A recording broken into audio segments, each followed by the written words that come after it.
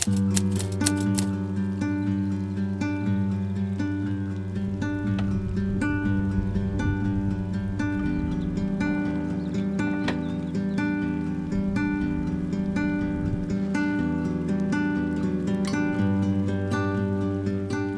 rain has been relentless here in the south of Spain, drumming against the earth and our tiny home day after day. In the brief moments between downpours, I've been taking every opportunity to get outside and ground myself in nature. The forest is alive and glowing in 1,000 shades of green. The leaves are heavy with water, and the sound of raindrops is filling the cool air.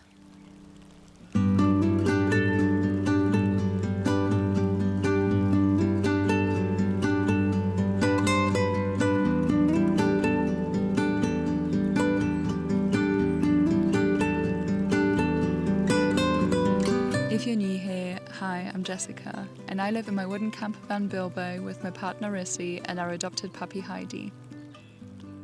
A year ago, we left our old lives behind for a simpler life in nature, so we spent all of our savings on a second-hand van and converted it using reclaimed wood and natural materials.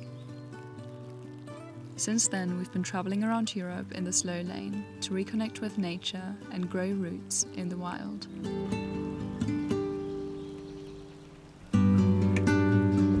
The south of Spain is currently experiencing severe rain and many places are underwater, so we've been hiding away in a forest deep in the mountains, waiting for the floods to pass. This is our first time experiencing extreme weather since living on the road full time, but we're also very grateful to have a van to keep us safe and the ability to drive away from immediate danger. Good morning, friends. We had a bit of a crazy week. So we stayed in the mountains last week, as some of you may have seen, and after a few glorious sunny days, we suddenly got a flood warning, a severe flood warning for our area, and we were right in the middle of the affected area, which meant that we had to basically move as fast as possible. So yeah, the south of Spain is currently really badly affected by flooding. My understanding is that it's not as bad as it was last year in Valencia, but it's pretty bad. Yeah, I mean, last year was it last year? It was in October, I think, yeah. Yeah, it was really, really bad. Yeah. Like, some places are still recovering. Yeah, we visited some friends in Valencia and they told us that like the south of Valencia is still recovering from those floods and a lot of infrastructure is still not rebuilt. So knowing that, we were like really, really worried about the floods, and then we kind of heard that someone had been swept away by a river and there was a couple in a motorhome in the area that we were planning to travel to by the beach, and they had to be rescued from their motorhome because it was completely underwater and they were stuck there, which is super scary. So basically what we did is we drove away as far as possible from the affected area, and we drove into the mountains in near Merida, which is kind of in eastern Andalucia. And we've been kind of okay here, haven't we? Yeah, I mean, it's very high up, and I guess water goes downhill, so that's a plus. And it's got a lot of forest, and forest is just good at soaking up water. And actually, although in the town, it has looked a bit wet as soon as you leave the town where all the forest is. It's nothing. Barely any sign of flooding at all. It's incredible. And there's entire rivers in the town. Yeah, the streets are slowly turning into rivers. So it has been quite severe. But yeah, we're fine here. So I guess we're just gonna stay here for the next week and just wait out the severe rain. But yeah, it's a bit crazy. It's like constant rain from morning till evening every day for a week. We've been in this very area last year, and I think in an entire month we had maybe 2 hours of rain. Nothing at all. It was crazy. Yeah, that was a historic drought though. So we've gone from kind of dealing with a historic drought, which was, to be honest, easier to deal with for us, to having this extreme rain. I guess it's a product of climate change, right? It's just like, rather than having rain slowly distributed over 3 months, you just get 3 months of rain in 5 days. Yeah, and then because we had the droughts last year, the soil is a lot less able to soak up the rain, which makes the problem even worse. So yeah, we'll just wait it out. we'll stay parked up here in the woods because we're quite safe here. And then once the rain is over, we'll give it another couple of days, and then we'll go back to the coast where we were originally hoping to go. But that area seems to be a little bit flooded, so we don't know if that's going to happen. So we'll just see how it goes. Another thing we want to do once the rain is over is film a Q&A, because there were a lot of questions following our van tour, and a couple of people have asked for us to do a Q&A. So I think it's time. We've been running this channel for 2 months now. It's probably time for a Q&A. Yeah. So if you have any questions about our van or us, what else? I don't know, just like how we do things day to day. How we do things. If you have any questions whatsoever, pop them in the comments and we'll add them to the list and record a little Q&A in the next couple of weeks. Yes. For now, it's Pancake Day. Woo! So we are going to have pancakes. Yeah, pancakes for breakfast. There are going to be so many.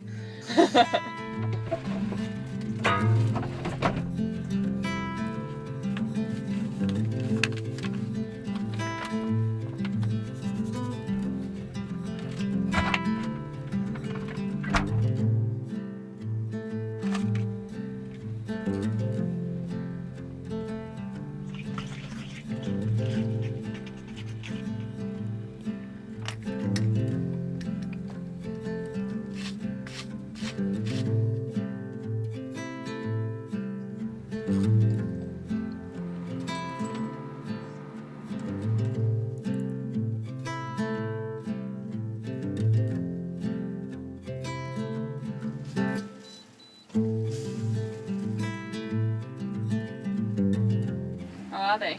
Do they pass the test? Very tasty. The chocolate syrup was a good pickup.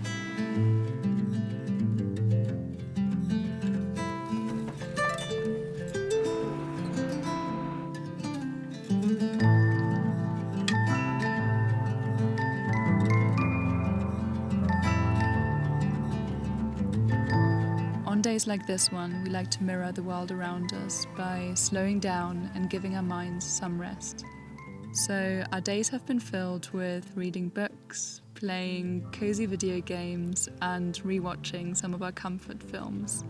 I've never been very good at napping, but this week, for the first time in many years, I managed to sleep during the day, which felt like a small kind of magic.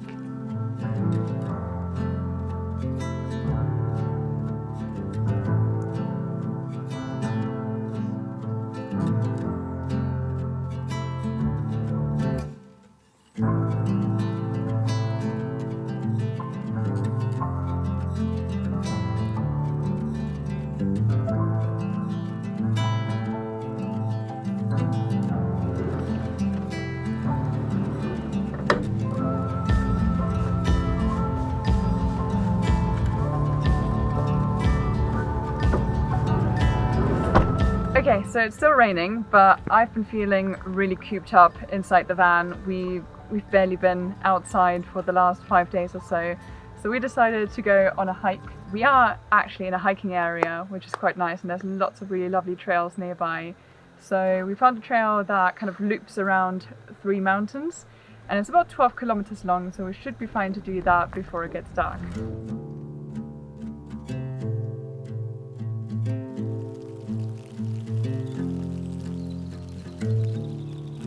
It rained pretty much the whole time we were out, but we felt like our bodies really needed this walk.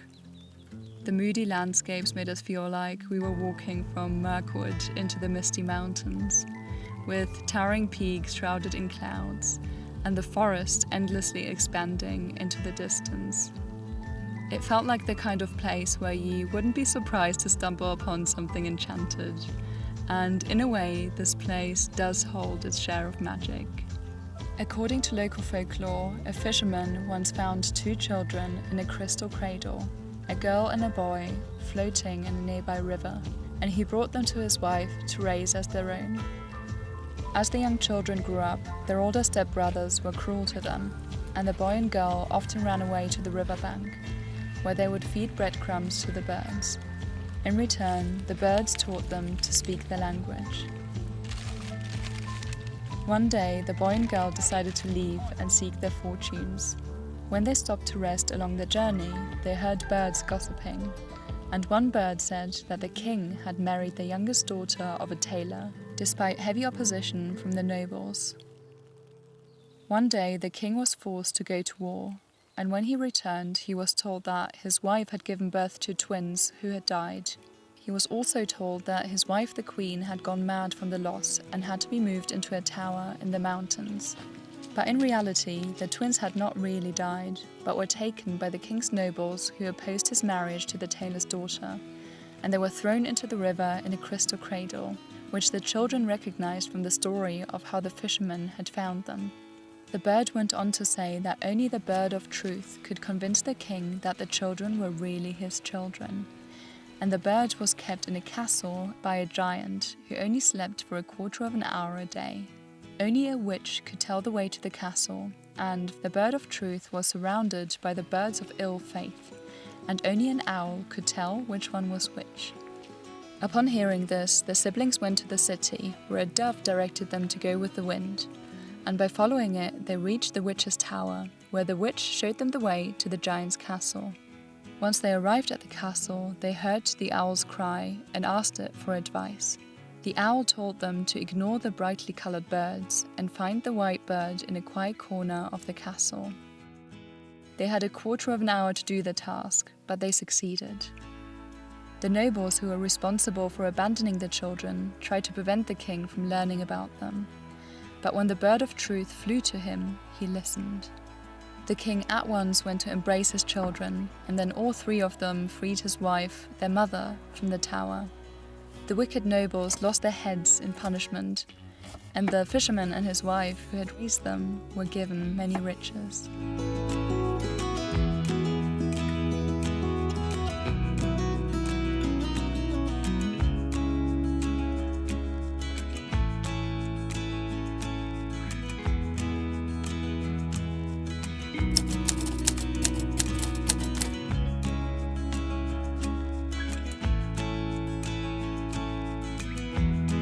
Good morning. We've been in this forest for over a week now and we're getting really antsy to leave. The rain has finally eased off. We're still getting the occasional drizzle and it's still very gloomy, as you can probably tell. So I think it's safe for us to leave this place. I think the national park rangers are also very tired of seeing us, so it's definitely time. We don't really know where we're going to go next. Our initial plan was to go down to the coast, but that area may well be flooded now. So I think we'll just slowly drive there and see what the situation is. And if it doesn't work out, we'll just see where the wind carries us. So I guess we'll find out soon, and you will find out next week.